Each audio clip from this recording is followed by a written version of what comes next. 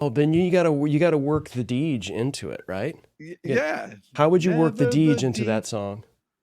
Oh, oh. Never but deej. It's not so. Objections, you know. Are we You live? got one life, for crying out loud. You might as well just give it all you got. The Deej, Dan Jordan. Your daily dose of reality. Your daily dose of the Deej. I can't believe I'm saying this, but I need my daily dose of the Deej. I make the news. I don't watch the news. I'm a leader. The sales energizer, Dan Jordan. Listen, don't worry how to sell, baby. Worry about why people buy. And it's fun. You don't need a 5-hour energy. All you need is the sales energizer. Just when I think it's not going to be as fun as the one before, each one gets successfully better. Success. What's the word I'm looking for? What's it going to take to get you into this car today, huh? And now, please welcome the sales energizer, Dan Jordan. Boom! That's exactly it. Do that. Let's do that. Boom. Boom! We're on a boat, ladies and gentlemen. You did that on purpose. Yeah, I'm making up the Ozempic commercial song, the objection song. That's That's it. good. That's it. Yeah, I was afraid that if I played a song at the beginning, that YouTube would strike it. Right? That's the whole thing. It's like, oh, God. For those of you, for both of the Dan Jordan Live fans that are out there watching right now, we had been starting shows with music, and Dan would come in and he'd be singing song, and he'll incorporate Deej into the lyrics. Right? That's kind of what he does. Yeah. And so I decided instead that I would hit live and not let you know that we were actually live, because you're not paying attention. You've got shiny objects. You're on a boat. And so That's you're not right, paying I attention. know. So we got a little banter, a little bonus banter if you tune in right away. Little BB. That's cool. Well, this is excellent. So how are you? You're not 100% today, you told me earlier. I'm 110% now, because That's it. after our conversation backstage with our guest, I'm kind of excited for the potential engagement Yes. that we may have on the show. And I'm also excited to see if the barge that you're on, backs up from the... Yeah. I was thinking, here's the issue was I needed something with light. I'm in a garage. I didn't know what was happening. So I'm on the boat. But here's the thing. I'm on it's in a garage. So it's on a trailer. And originally there's a better seat back there. And so I sat there, but then the whole boat went up and I'm like crawling my way back. I mean, everybody's done that. Everybody's done that, right? I mean, I'm not the first one. Of course. You know what, though? The audio couldn't be any better because of the Samson Q2U. That's the lengths that I'm willing to go for you people, the car buying public who come over. And, there's always analogies. How I do my my speeches and things is, you just take things from the day and you could turn them into sales. For instance, there's a difference in sales between catching, like hunting and fishing. So like fishing is marketing. You're throwing out the bait there and you don't know what's going on. That's all freaking sales is hunting. You just go in there and get the mother. That's what you're gonna and that's what I'm like inclined to do. I don't like sitting back and kind of waiting for things. But fortunately, there are people out there much smarter than me that like kind of know the right bait. You are really taking this to the... Yeah. I know this is almost, I'm going to get remember the guy with the glove, with the boxing gloves? Yeah. So, Rick Downey. He's a nice guy and he came with his boxing glove. Anyway, people not only know the right bait, but to whom at the right pond to send it out to. Basically, be expert at your target market. And our guest today is somebody who I met because he's the person that creates those kind of awesome lists. And he keeps on reminding me of the fundamentals. You could have the best product and you could be the best lawnmower in town, your best landscaper in town. Okay. But if you're sending all your marketing to people who have, gravel for driveways, you're not going to do much work there. So without any further ado, I've got to introduce my man who's too chicken to put his real face, so he puts a cartoon, the world's best marketer and list manufacturer, my man, Kevin Downey. What's up? There he goes. Amazing. Caricature keeps me from aging. Oh, that's true. That does work. That and that commercial with that thing, it gets you. It's anti. You know what it is? I met a guy yesterday. He's into hyperbolic chambers. It's like you go into this thing and they infuse your entire body with oxygen, and it reverses aging and everything. It's crazy. He got put out of business, though, the fire marshal, because what happened was his chambers went expired. So now he has to get new chambers. And so how's that for an intro there, Kevin I'm just Downey? waiting to see how far you're going to take the fishing thing on this show. Oh, no, that's as far as it gets. Yeah, that's it. The whole boat thing Renee got me Hastings. laughing inside. I can't say myself. Yeah, we're going to do all that thing with the funny. bait. So Kevin Downey, this is Chris Stone, this is why I like old school salespeople out there. They're very, message, marketplace, and media. And everybody, kind of works on their message and they work on their delivery system on how they get it out. But nobody really pays enough attention on who the heck is your perfect client and prospect. And Kevin Downey, you got into that list building, and how are things going? Are people still into that? What's going on these days? Absolutely. I mean, the data side has changed obviously over time. We went from the Info USA Axiom people-centric data, if we're talking about B2B, let's say, to company-centric data to people-centric data. Your Zoom Info, your Apollo kind of stuff. And so when you go out and get data, you're getting the people's information with email address, LinkedIn profile, obviously company phone number and all that stuff, but really essential in modern marketing, at least certainly on the B2B side, which is where I spend most of my time. Well, and how are you? So like you do, I guess it's email marketing. Yeah. So my agency, basically, I'm historically a recruiter. So mostly focuses, on sales, recruiting, BDR, SDR roles, customer service, that kind of thing. Over time, got specialized in email marketing as well. So we do that for clients and kind of combine those things together to help build them a system from lead generation all the way through the sales process. Well, so that's important. Hey, can you do me a favor and talk a little bit faster? I mean, what are you on speed? That's crazy. I mean, just get what I move quickly, as you know. I understand. What happens is people get too revved up when they come on the show. So, but you hit. I want everybody to get this point here. So, the accessibility of the person that you want, is it harder now or it's easier? I think it's kind of easier. Well, I think you have to use a multi-channel approach to get to people, right? But going back to the data, the old days of like what we used to do, you pick up the phone, you dial, boots on the ground, you walk into a facility, you don't have that same access to receptionists to move you through, to the right person on the phone, right? So we're boots on the ground. So many companies now have half their staff remote or whatever the case is. So obviously you have to have the people data in order to do your outreach and do cold calling. And again, you're doing email and LinkedIn and so on and so forth. You have to have all those pieces in place to do the cold outreach today. That's exactly it. And so when you, for instance, let's say who's a typical kind of client for you, let's say somebody who's making corporate gifts or something like that. Yeah, corporate gift would be one, sure. Okay, so a corporate gift. So let's say I'm in the corporate gift business. Who am I trying to reach out to? No, you've got certain people in the marketing department, let's say, and then you've got people that handle events within the company. You might have administrative assistants and office managers, let's say, are part of that target audience.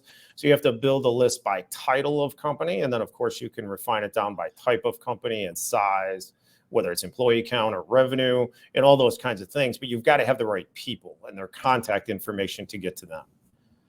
And that's available out there for people? Sure, of course, yeah. Absolutely.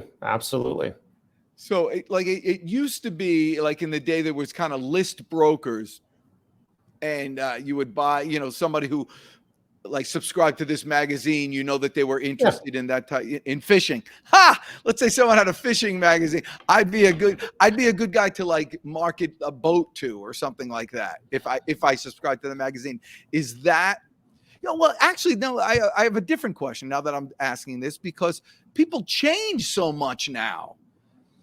Yeah, so the contacts change. I mean, it is like when you want that real-time data that constantly is changing and updating on the back end so that you can go out and you're grabbing the current data on a regular basis. I mean, when we're doing email, for example, for clients, we build a list. It's automatically, if that person is a bad contact, let's say from a soft bounce, we're actually making sure to save that so that we are not hitting that person again, right, at that company. Because they are changing. You're absolutely correct. Yeah. Okay. But they are available for the right people. So Renee here is asking, where does somebody get that list? And how does will you help people decide on who the right person to target is? And then yeah, I build data sets all the time for clients, but typically they're doing email already with me, or they're doing with my agency, or we're doing recruiting for them, of course. But if they just want data, I can provide just data. Yeah, absolutely. You can build any kind of list. I mean, it comes down to targeting companies, because the main old school way on Info USA and Axiom and that kind of thing, where you're doing things, if you remember, by SIC code and business to business, you're getting the company information, but you can't get the people information the same way, right? So Zoom Info, being the big dog in the game, kind of came out with more people. Lead IQ, and there's a couple of them. Yeah, we use Apollo, but it's people-centric data. So now you're building a list with industries, with keywords to refine company, employee size, or employee count, and then the titles of the people that you want. So it's the company information paired with the people that you're trying to get to: name, title, LinkedIn profile, email address, everything. That's good. So this is it's actually not complicated once you work it out. And this is what I want people to hear. And this is the kind of exciting thing. So let's say I come to you as a recruiter. Let's say, okay. So I'm a recruiter, and I do IT recruiting. So I do IT recruiting. I come to you. What would you suggest I do? You're trying to generate leads, obviously. I'm trying to generate leads and get more clients. So the person who wants to hire people. So let's say, well, like with what I do, if the audience size is nationwide, it's a good contact list. So we've got 100,000, 150,000 people to go after. I want to use email marketing as the primary method or medium to generate inbound leads, right? I want to do that cold outreach with email, because when I build systems, I can send 6,000 outbound per day per box, right? So I want to use email for that kind of thing. If their business is, let's say it's Atlanta only, and they only do the Atlanta metro area, now you've got a much more niche, narrow audience to go after. So what I do with email isn't the right solution there, because the audience might only be 15,000 contacts. So my email is not the right thing there. Then you're bringing in rep, BDR, SDR type person to do cold outreach more manually to a more narrow list. Wait, stop. So the email, you do them in conjunction. So are they making, are these guys, these BDRs, are they making cold outreach stuff with the same list?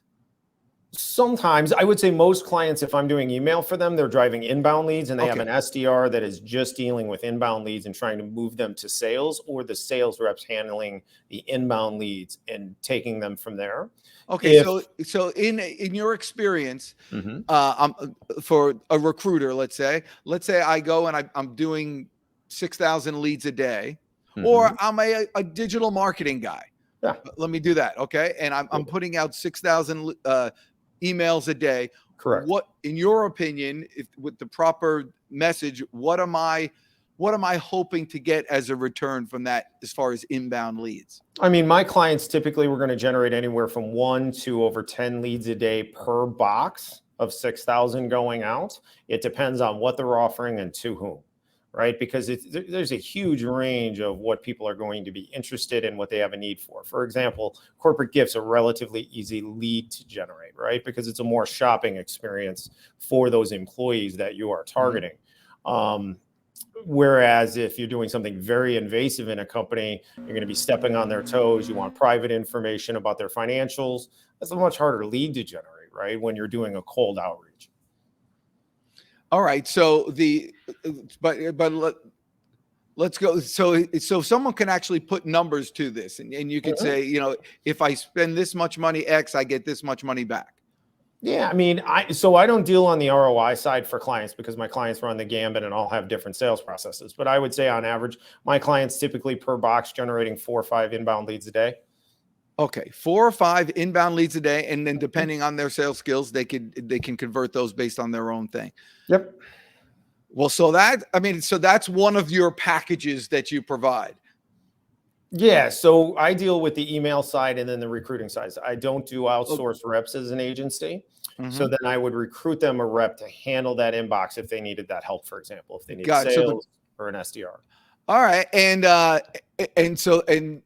when you recruit them, how do you recruit them? I mean, everybody recruits. Where are you getting your people from? So United States, very common, obviously, if a client wants that. But for SDR, BDR roles, light sales, Latin America is very, very strong right now, particularly Brazil, Mexico, but all of Latin America from Mexico all the way to Argentina. And how much do these people, how much per hour are people paying for these people? So I would say if we cut it down to per hour, you're usually looking at, I'm going to say, somewhere in the 5, and it depends on the country, but I would say $5 to $10 an hour is pretty typical. $5 to $10 an hour for someone who can convert those types of leads into customers. Into appointments, I would say. I'd say in most cases, they're hiring those people for like an SDR type role to reach out to those leads, get them the information, and then move them to an appointment with sales. Well, so tell me about some successes. Well, I mean, all of the clients have varying levels of success, right? I think it's, it depends on how long is your sales cycle? What sales process look like? I mean, are you a replacement or are you an add-on when you're selling something, right? So if, for example, corporate gift, they generate, probably 10 leads a day per box. If you got a company sending when you say emails, I'm sorry, when you say per box, per 6,000 yeah, a box, I can do 6,000 outbound emails a day. So I specialize in just text, one-to-one text-based emails, right? Okay. So you're driving inbound leads, but in a case of like corporate gift, for example, much easier lead to generate. You're targeting employees. They're not necessarily C-level or owners.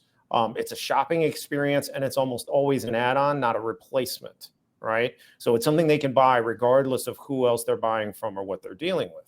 Yeah. In the case of, let's say, SaaS, which you're very familiar with, right? A SaaS company comes to me and they're a CRM. Yeah.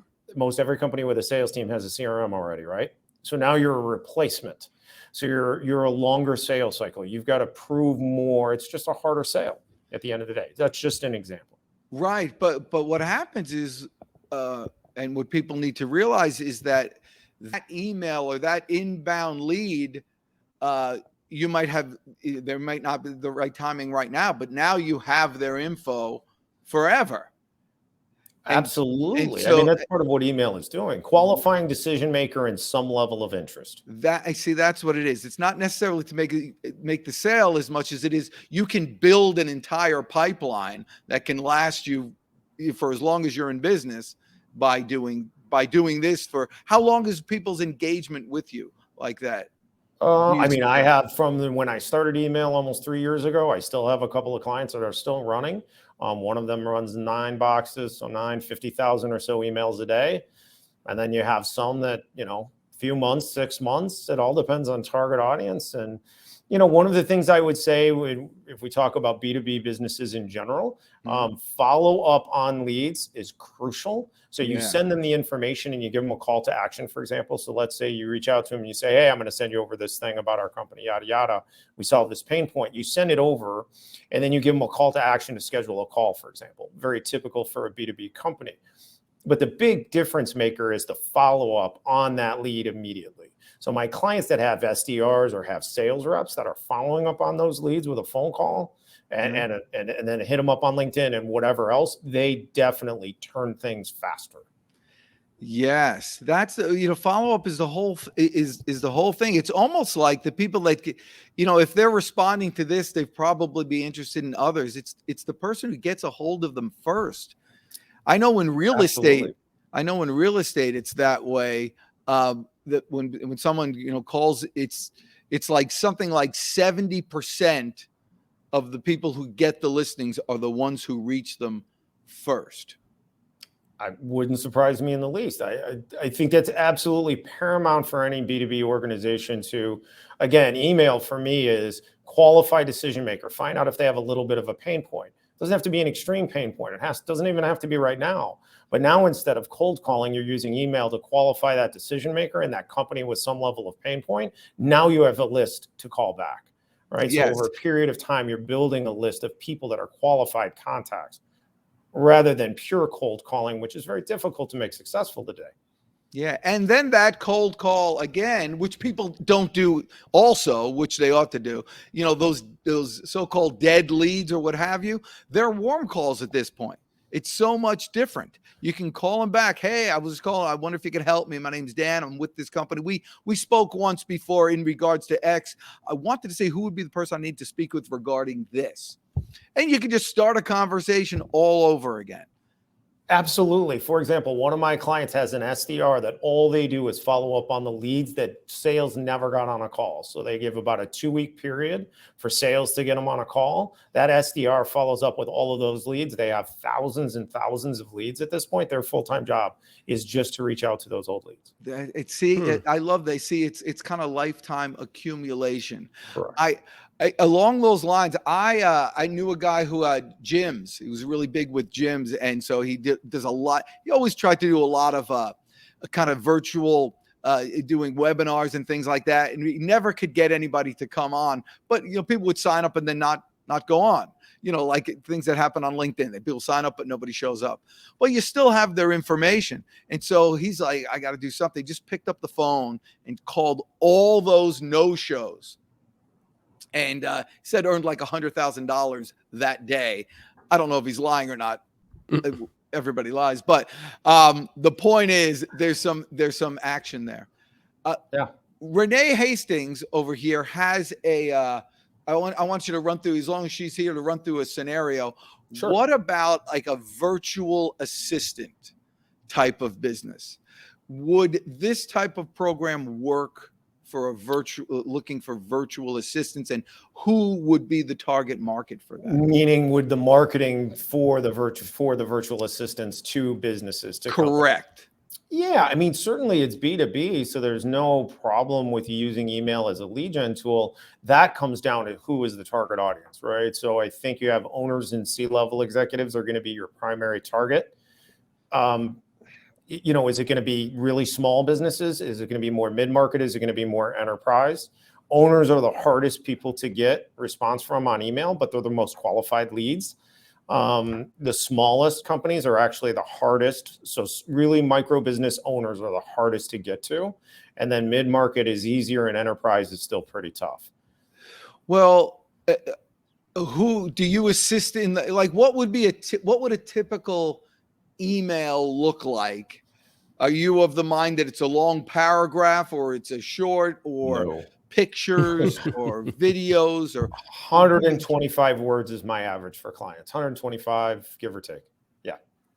Okay. And has that number shrunk over time, or is this just based on, and does it vary by the type of clients in terms of the word? It varies by, good question. It varies by the client type and who are they targeting, right? Whom are they targeting? It just depends. At the end of the day, it's, do you have this pain point? If you do, we can help you solve it. Maybe a little bit of here's how, this is what I want you to do next. And most companies using email, especially if they use graphical email, they're sending out advertisements, right? And they're trying to drive them to schedule a call right away. They're trying to sign up for something. That's not the way you use cold email from my point of view. You use it to reach out to say, do you have this pain point? It's one-to-one text. If you do, I can help you solve it. This is what I want you to do next. Reply back. Let me send you over this information. And the reason why that's so effective at generating the quantity of leads is because you're not encroaching upon time or money. Because if you say, I'm just going to send you over this PDF, they'll say, sure, send it over. The good news versus a call with email is that if they actually say that, that means there's actually some level of sincere interest. Whereas on the phone, if I cold call you and I ask you that same question, you'll say yes just to get me off the phone, right? But with email, they're not going to say, sure, Kevin, send it over, unless they're actually genuinely interested to some degree. Yeah. There's a guy, Dean Jackson, who's brilliant, and he's kind of perfected the 7 or it's a 9-word email. And basically it just says, I'm starting a coaching practice. Reply if you're interested.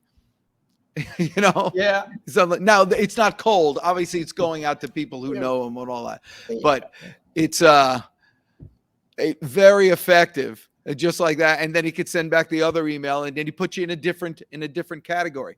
But the big news in doing this, the big winner at the end is what happens after they reply. I think that's when most people lose it. And so when you say there needs to be a person or an inside sales rep or a setter or someone like that. Mm-hmm. Is that normally somebody in the company, or is it who trains those people? Because that's the most, you spend so much money to get a bloody lead, and then it gets, you piss it away. Again, it depends on my client, for example. They're all different, right? Some have sales sitting on that box because it makes more sense to do that. Sometimes they have an intermediary person like an SDR sitting on those boxes or box to send over the information and then follow up with those leads. I think it depends upon your type of sale and what's the longevity of the relationship between the sales rep and the customer. If it's an account manager or account executive, I love sales reps handling their own inbound leads and dealing with it. Mm-hmm. If it's a more like a hunter sale where you're doing appointments, you're closing a sale, and then you don't deal with the customer again, I like them to be scheduled with appointments all day long and not dealing with leads. I would much prefer somebody be in between to schedule those leads for them, only because the reps in the United States are just going to be so expensive to have them sitting there dealing with inbound leads. If you can schedule them with somebody else that's less expensive, makes more sense to me. But every client is different. Every client's different. Right. But you're saying I can, so going back to that virtual assistant company. Yeah. Okay. So the cadence and the progression, the sequence that would take place is we send out a bunch of emails. We're going to get some interest, what have you. That first call should be handled by a setter or a salesperson. Or a principal in some. Okay, but a salesperson, if I have a full-on salesperson, then they're spending time doing that. It's better to have a $7 an hour person who's qualified to do that. It does really depend upon the relationship between sales and the customer in the long run, from my point of view. If you're going to have a relationship with the customer, for example, in the long run, I want you to follow up on those leads, right? Because that's your territory or whatever the case is, right? Because you're in that account manager or account executive role. Mm-hmm. But if you're just getting paid on one call, you get scheduled and you close or don't close, maybe you do some follow-up, but you do the sale and then you hand that off to fulfillment of some kind, and you don't have any relationship with the customer, then I would rather have that salesperson be scheduled with appointments all day. Yeah. Got it. Generally speaking. But in the case of virtual assistant, to address that one person's question, with virtual assistants, what I would do is I wouldn't put out there whether they're interested in hiring a virtual assistant. I would put out there what the problem that the virtual assistant solves. That's the biggest difference there. In other words, as a recruiter, I'm not asking you for hiring right now. It's just like a job seeker. I don't want to call and ask for hiring right now. I want to say, hey, can you use someone to help you do this? Boom. I want to solve that pain point for them. So let's do right now with the virtual assistant. So a problem would be, well, what are as a business owner, Chris Stone, what's a problem that someone like you would deal with? Or what are 3 problems that someone like you would deal with that a virtual assistant could, or problems you're having? Spending too much time working in the business or on the business, not in the business, not on the business, right? Administrative, all of the things that you don't love doing that need to be done for your business, right? So that's, technically virtual staff is someone that you could and so that's what's happening. And I think and being someone who works with Renee Hastings, that's exactly what she does for entrepreneurs.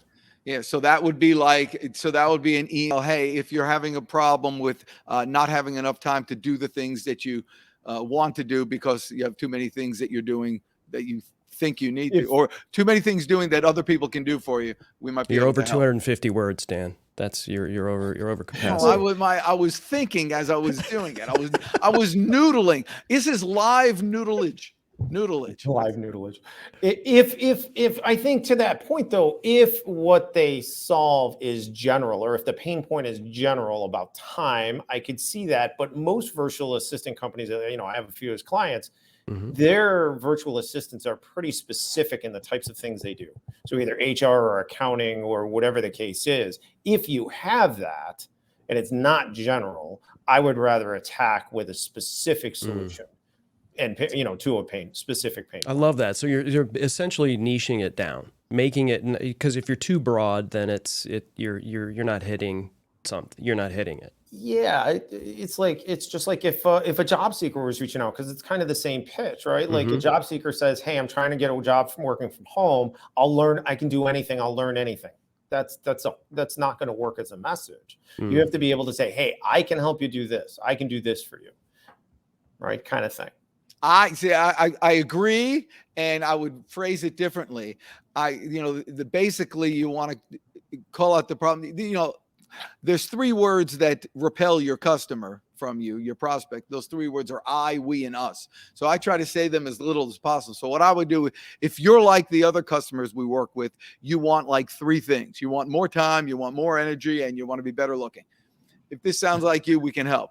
So whatever it is, you can get somebody agreeing if they want to, if they're in that vein. But listen, if you're sending 6,000 a day, for crying out loud, you could sell anything. Yeah. But of those 6,000, how many are getting through? And how many are getting, what's like in this world, what are open rates? Yeah, open rate for us, because we have to do reputation management on a domain, set up a new domain, all that fun stuff, right? So it's pretty involved. But open rate, typically high teens average. So my clients run anywhere from low double digits to high 20s per email. So, but we don't just track open rate as emails are going. We actually track the cumulative open rate of what percentage of your target audience has opened at least one email. So we watch that number very carefully. So we want to see that, like high would be getting above 50%, for example. My long-term clients are definitely over 50%. Wow. But on an individual email, you might be, you could even be high single digits sometimes. It could be bad. That I would consider that pretty poor, but that comes down to target audience.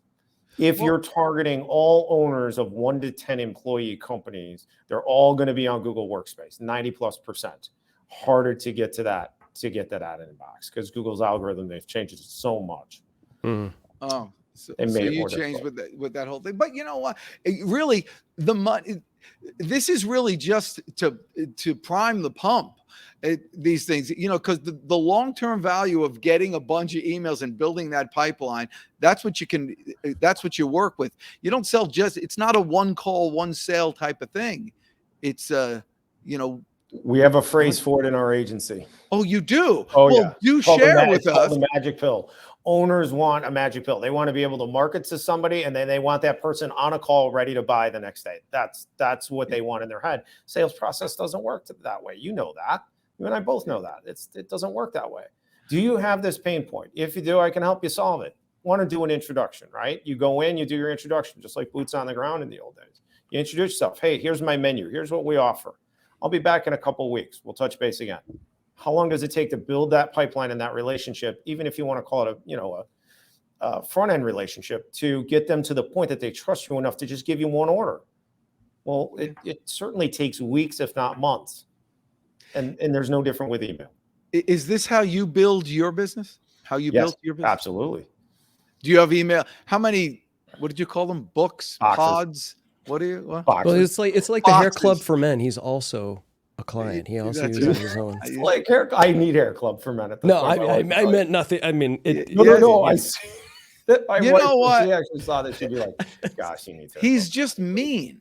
that Chris Stone. He's just a mean I get guy. that all the time. Not Yeah, like you a big- gotta- Well, Yeah. you know what I'm saying, do. right? You use what you're selling. Absolutely. We reach out by email. I wouldn't do cold calling because my reach is nationwide. It's to a lot of different kinds of businesses. Basically, B2B is what I specialize in, although we recruit for B2C companies sometimes. But I don't do any marketing for B2C. But we do that outreach. And there's how many owners and chiefs are there in the United States? Off the top of my head, B2B, give or take 1.2 million.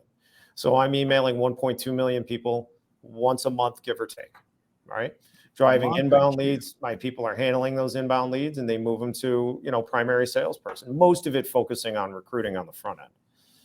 That's awesome. Well, I think there's an area that's probably going to become very big, and I want to get your opinion on it with video. I think that video sales and video prospecting and video sales is really a frontier that people aren't touching yet.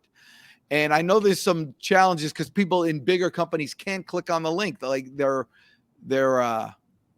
company won't let them do it. And so that's a problem there. But what are you seeing?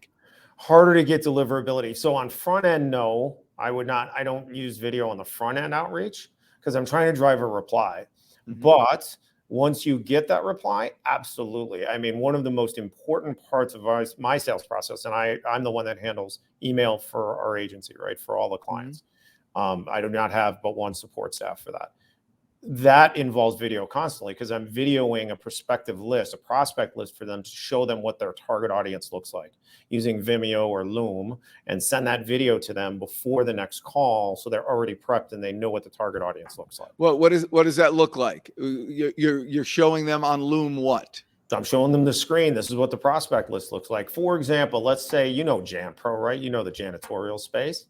Yes. Let's take Jan Pro or Jansan or whatever the case is, right? Their franchisees are not a client base for me because they have a very, very narrow niche, geographically targeted audience. They are not a client for me on email. The franchisor might be, for example, but the individual franchisees would not be because their target audience is too narrow.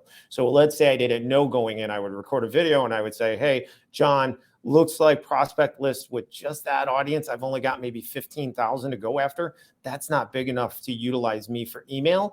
I would recommend you build this list and then get a BDR and start doing that cold outreach manually because email is not the right fit for that. The audience is too narrow. Got it. And you're using video to do that, which builds demonstrate much of a better relationship. But on the cold outreach, it's not there. Correct. Deliverability, partially, they're taught exactly what you guys said, like taught not to click on links. Deliverability is harder. If the link is trusted, if you used a Vimeo or a Loom, that URL is more trusted. So deliverability with that would be easier. But if you used your own domain, especially if it's fairly new, you're going to have a harder time. This is a funnel, run away, right? The place that you can do it is with a connection on like LinkedIn. And you can message somebody that seems to be, that's really effective, by the way, for me. If you target the right people, make a good video and send it directly to them.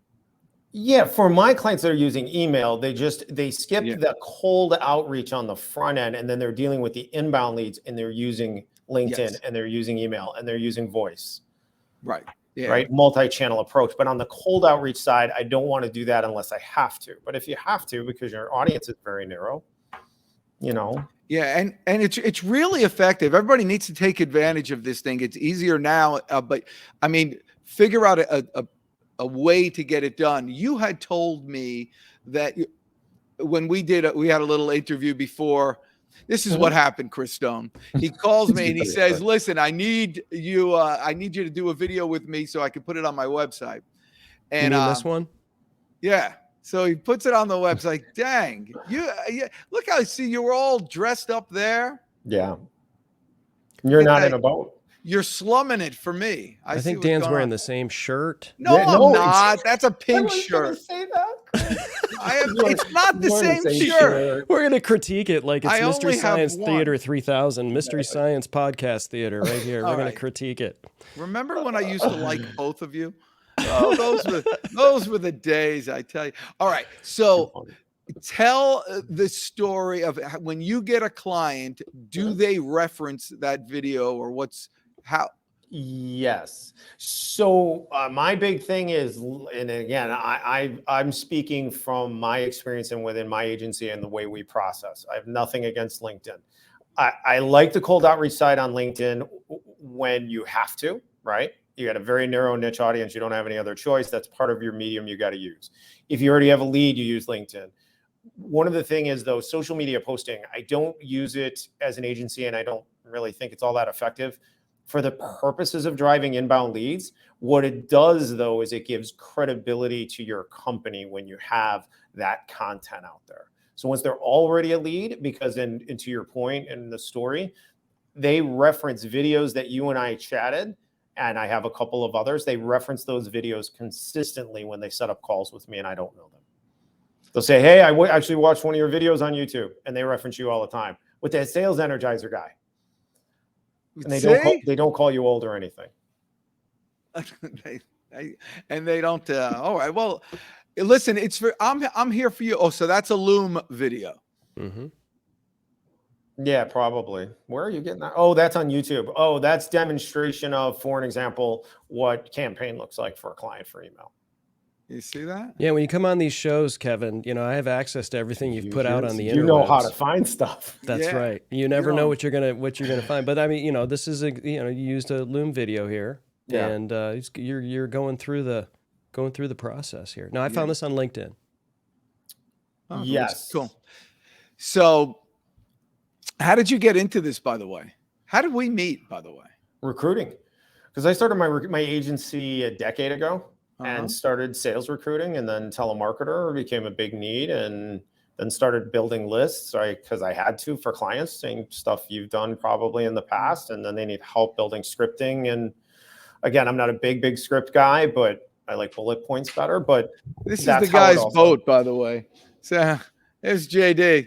What's up, JD? JD, peace. That's his Porsche and Corvette and boat and hat.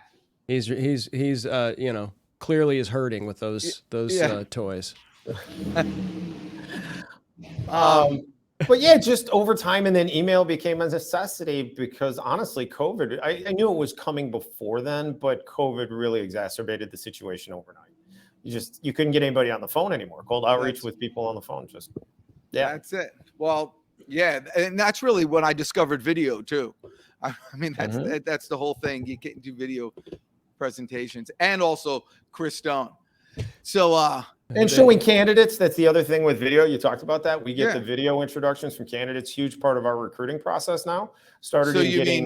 You'll show what does that look like? We have the candidates record a video introduction. Started because we were recruiting internationally, so we were gauging English speaking skills. One of my clients about 3 years ago asked, they recruited a BDR in Mexico. And he said, hey, can you use that for our US sales recruiting we've been doing? I was like, sure. I knew within one day when we started it, we were going to use it forever and now you get so many candidates and so many applicants. Now we put the videos on the dashboard for the client, right? For whether a dedicated recruiting program or it's the contingency deal. And they can see the videos of the candidates, whether it's international or US. They get to see their video introduction and resume and all that, and LinkedIn profile all in one place. Well, are you finding that nowadays, look at Garen Bulgogi, Bellissimo. Look at Garen Bellissimo, he's there. He took a break from shooting hoops to come in and critique my new studio, which is fully under construction. He is. See, there's a true fan, not like Kevin Downey, but one who actually notices the difference in the background. See, there's someone who knows the Dan Jordan live show. So I love video once you get a conversation going or whatever for again, you're absolutely right. Or whatever the case is. I love video. We're going to move towards that. I had something to say before I was so rudely interrupted by the guest. Sorry. No, so you're doing this. So is there still what are you seeing out there in the market in terms of recruiting right now? Are people looking for SDRs and BDRs? Are people looking for more people to come back to the office? Are they okay with remote? What are you seeing out there? I think companies are trying to figure out sales process still because cold calling has become less effective. Their marketing, they're still trying to figure out their outreach and their marketing without people to try to drive inbound leads and figure out how to build a sales team and a process that makes sense for their organization, given their target audience, sales cycle, all that stuff. They are hiring, absolutely. I would say the desire, we talked about this before, the desire for local people and people in office from the employer side is pretty high. Yeah. But the job seeker side, it's the reverse. The demand from the job seeker side is unequivocally to work remotely, 100%. So wait, people want to work from home? I don't understand that, by the way. Well, why would you want to work from home when you could be on a boat? I mean, when you could be around other people. Well, I mean, it's like people are forgotten. They can't, you know what? It's good for me. I mean, I go to there could be a room of 30 people, nobody talking to each other. For me, it's like, you know, showtime. I can own them because people have forgotten how to talk to each other. I agree. I did 5 days after when COVID hit at home because of my wife pressuring me. You got to come home. You can't be at the office. And I did 5 days and I'm like, I'm done. I'm going back to the office. And there was nobody here for 6 months. There was me in a building, a 50,000 foot building. There's 4 of us. Oh, so they're your best friends. Well, I know this topic is could get delicate, but I'm gonna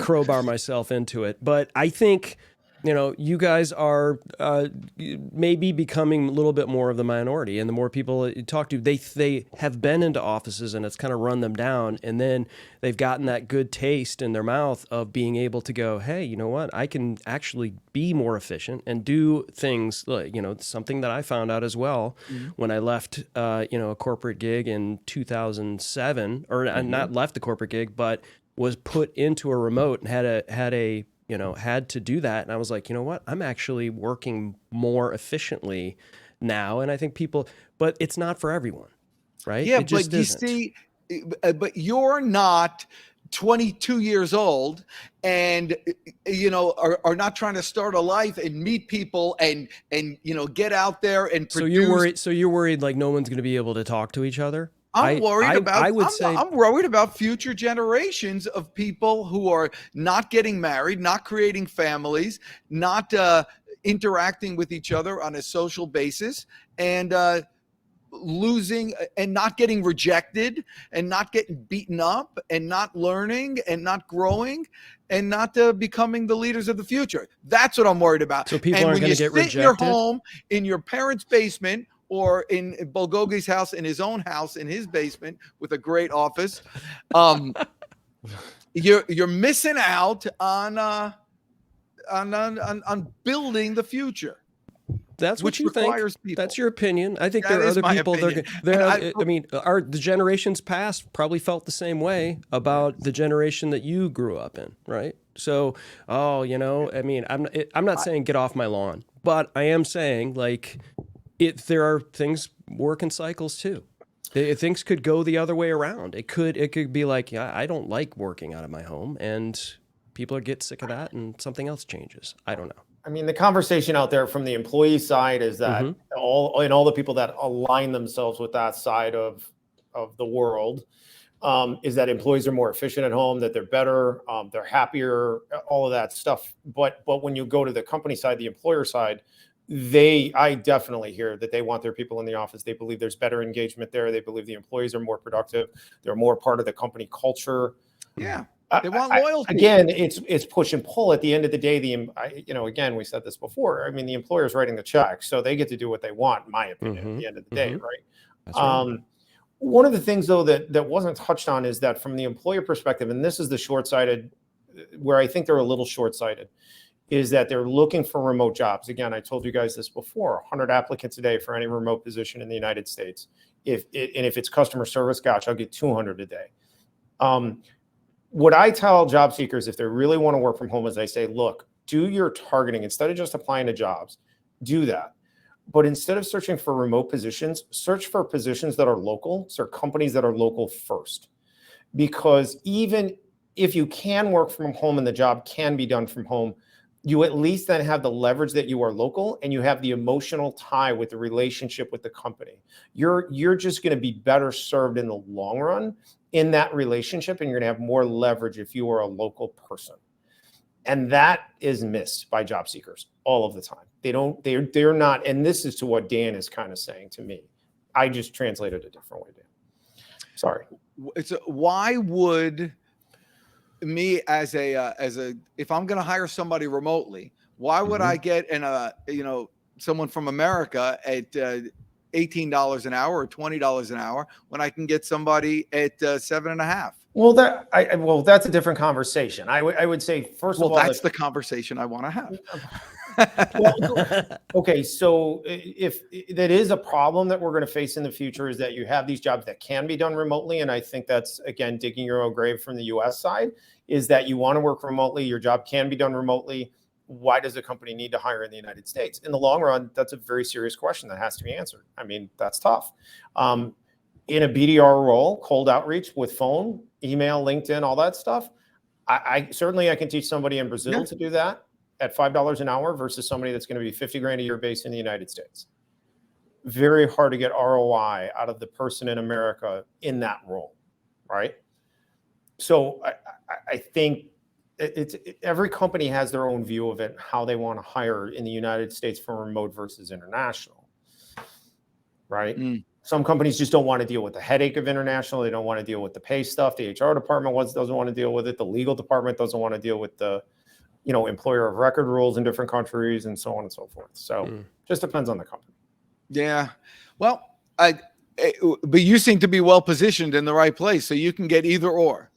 Yeah, we do both. But I think for the job seeker, which is some of the audience for the show, I would tell them as a piece of advice, if you're going to try to find a remote position, besides applying to jobs, focus on local companies first. First of all, learn how to do cold outreach yourself, especially if you're in sales or business development. You should be able to do that. And target companies that are local first.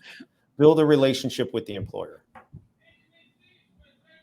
Wait, hold on. I got somebody screwing up. Dan's out at the shipyard, and he's got some, fishermen that are coming in. It was amazing. That was exactly that makes sense too. It's like I think a lot of times people will see all this hiring and it'll say remote, but the company's based in San Francisco, and here I am based in Atlanta, for instance. And you're at a disadvantage by not being able to, at least at times, be there physically.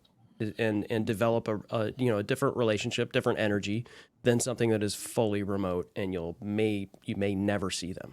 And it depends, Chris. It depends on the qualifications for the job, right? Like if we're talking a really high level PPC person, and my company is based in Topeka, Kansas, I may not be able to find that kind of talent in Topeka, for example. I'm just building Topeka. Everybody from Topeka, don't get mad at me. Shout out to Topeka. Shout out to Topeka. I may not be able to find that talent, and therefore hiring remotely and recruiting the whole United States gives me enormous potential to find a breadth of talent, right? But for a lot of positions that we get, again, customer service, I'm just going to use that as an example, entry-level sales, you get inundated with people who want remote positions. But what they miss is that their leverage, because they don't have a talent leverage, right? They don't have a skill set leverage. Right. They may be driven. They may have a lot of passion, but I can hire people to do those jobs from all kinds of places. So if I'm a job seeker or an employee, if my company is local, I have a lot more leverage to maintain my position. It is harder for that company to get rid of me at the end of the day. That's the thing that I would like job seekers to understand. Well, is it, I mean, for a long time, it was kind of a buyer's market where the job seeker could, name their price and decide what they want to do, work or not work or all that. Has that shifted? I think it depends on the job. I think very, very high level specialists always will have leverage, right? If you have enormous sales history in an industry, you're always going to have leverage. If you have, if you're very specialized, you're going to have leverage. If you're not specialized, no. I mean, the power is all in the ball is all in the court of the employer at that point, because they have the whole country to recruit from, and not to mention sometimes the whole world. That goes right to what you were saying earlier about specializing in your list, narrowing down what you're looking for. There's a weird thing where if you do one thing well, people think you do everything well. It's why people ask for stock advice from doctors. I mean, you think a doctor's smart. I mean, they read this book instead of that book. Yeah. But if you broaden out that you're pretty much a generalist, well, hell, we can get that for $7 an hour with some of the other people. Yeah, if I have clients come to me, they trust us from a recruiting standpoint with the stuff that we specialize in and that we do. They do then come back to me with things that are not in my agency's wheelhouse that because they trust us, right? And we're inexpensive, relatively speaking. We're not a normal contingency recruiter rate. So they're going to want to come to me to solve that problem. But for example, I'm not a headhunter. I have a guy who comes to me with a very specialized job. He's in St. Louis. He doesn't have anybody qualified in the market. Everybody is employed. He has I can't help him with that. He needs a headhunter. He needs to go steal people from his competitors in St. Louis, or he needs to go bring someone from out of the market and have them relocate. Right. But so who's the perfect customer for you? I mean, any B2B organization. I mean, certainly. We just talked about specializing, and now you're saying any B2B. Yeah, I know it's bad, right? I mean, because I help companies with products, with services, big and small. I mean, I have enterprise. Well, what do you like to do best? What are you most successful in? That's right in your wheelhouse that you could just knock out of the love recruiting for companies who are willing to hire remotely because the talent is so deep and it's so fast. I can get them what they want in a matter of days. That's the easiest. From now an email that's standpoint, specific. Do you see that? It took us how long? It took us 56 minutes to get there. Sorry. Yes. Yeah, I mean, that's the whole. Well, Dan has trouble really fishing things out of people. Yeah, so, that's right. See what I did there? That's Monday. So how does some? Well, actually, I want to ask you personally. What's going on? Kids, married? What are you doing? My kids, I'm very fortunate. My kids are both in college. I got one getting ready to go to law school, graduating here next month or the month after. My other one's a freshman in college and engineering MBA at K-State. And so is my wife and I, and we just entertain each other and bicker, normal married stuff, right? That's good. I do a little exercise, work a lot. I work a lot. Yeah. No, and you like working, don't you? I love it. Yeah, I know. That was something I was talking about today on my Bible study. I've been doing a Bible study, Chris Stone. You believe that? God bless you, Dan. Yeah. And so today there was something we were talking about suffering, and I thought to myself, if you enjoy something that other people consider suffering, like if other people had to mow the lawn, let's say you enjoy mowing the lawn, but other people, for them, it's a nightmare. If you're doing that, do you get the credit for suffering, even though you're not really suffering?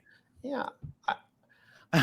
All I can say is it's deeper than Chris Stone is able to handle. Do you get the credit for suffering? What do you think? There's a scoreboard in heaven? What are you talking about? Yeah, you know what? See, that's that's not a bad thing. A lot of people do think that. Is there a scoreboard? Yeah, like God's a cop and he's keeping track, and then when you get there's a list. Come on, are we getting religious on this show? We went everywhere: fishing, religion. If you don't consider it, suffering, is it suffering? Here, can I ask a question to you on that? Please. So do you like doing sales, or do you like helping people with sales more? Oh, great. Oh, question. yeah, it's good. I gotta say, one pays better. And so, but I like them. I really do like them both. But I'll answer your question specifically. The other day, I did a volunteer thing that I do for somebody, what have you, and the thank you notes that I received, probably through the thank you notes I received was a better payoff than is an actual sale, earning the sale there. So yeah, I think I like helping people more. But again, it's for selfish reasons, because I feel the love when they say thank you to me. So I think the thank you is worth more than the money sometimes. Okay. I didn't expect that deep of an answer. I That- don't think you expected to come with that answer until you're about halfway through the answer. Then Did it kind that- of came to you. I could tell. I don't know if that even answered the question there either. Too, I but was that's just deeper. I was just gonna finish what I enjoy is I enjoy the sales part, the sales call part, Yeah. because I'm solving their problem on the sales call. Because I don't do like sales to people. Like if I can't help you, I can't help you. And I'm Nothing very I transparent. enjoy, you're right. Nothing I enjoy more than a complete sale. I love saying, hey, is it okay if we talk about money now? I love that part of the sale.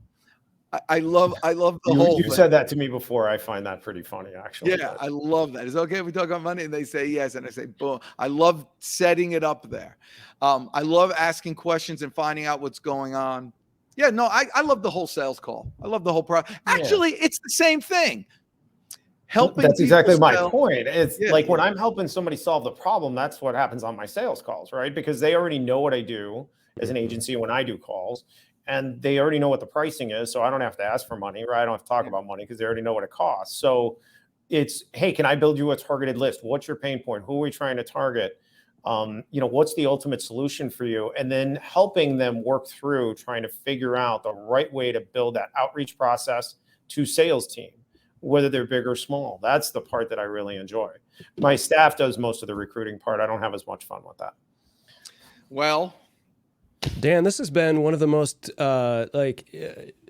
informative yet very sales oriented call. I mean, we've had some great things on the show, but like there's so many great sales nuggets that were just in that last 10 minutes. this is why I that's why I like real people on the show, like Kevin Downey here. The real old school kind of understanding the process. People think, I'm talking to everybody now. People think that sales is just, what you kind of fall into when you can't do anything else. But it's a very kind of repetitive, but it takes, gosh, I can't think of the word right now. But it's a thought-provoking business. You got to work. It's not like something that you learn once and it stops. You're constantly figuring out the psychology of the entire process. Well, it's consultative in nature. I mean, the whole concept of, and I'm only using this phrase because it's an old phrase, right? From the old days, used car salesman stuff doesn't work anymore. You can't beat people up to get them to buy something they don't need. Yeah. I mean, you can. I guess there's some people that can do it. That's not what I do, and I don't think most good sales people do that. It's consultative. You either need what I have or you don't. If you don't, here, this is what I would suggest you go do instead. I have to do that sometimes. Well, I would say the old school used car salesman closes don't necessarily work anymore. But listen, there is nothing better than getting somebody in a car and I'm interested in this, hop in. I mean, that's total. And it's the same thing. Yeah. Test drive your stuff. That whole process of getting people. Listen, it's attention, interest, conviction, desire, and close. So you get their attention. Once you get them emotionally involved in the sale or in the process, that's where the magic happens. You should roll like the Alec Baldwin bit from Glengarry Glen Ross. Yes. Right? Yeah, and I think the acronym that you just came up with was AIDS, actually, Dan. Attention. Wasn't that what that was? No, but there's conviction in there. Yeah. Attention. Actually, you talk about old school. I think I got that from like Dale Carnegie's circa 1981. Who knows? Oh, yeah. But Dale Carnegie's look at it. The Lord of Bancroft Canada is in the house. The Lord of Bancroft Canada. Lord Tinney, welcome to the show. There's wisdom on ice. Well, listen, Patrick Tinney, you got here just in time for me to thank you for coming, to thank Chris Stone once again for pushing through, even though he's less than 100%. And then Kevin, we've known each other for years, and you would think by this amount of time I'd be sick and tired of talking to you. But every time I talk to you, I learn a little bit more, and I thank you. And everybody who's watching here does as well. Thanks for having me. You have any parting nuggets for us? Just build that sales process and go get them. The opportunities are out there. That's for sure. You guys are awesome. All right, Chris, you guys are the best. I'm the Deej. Go get them today. Go get them, guys.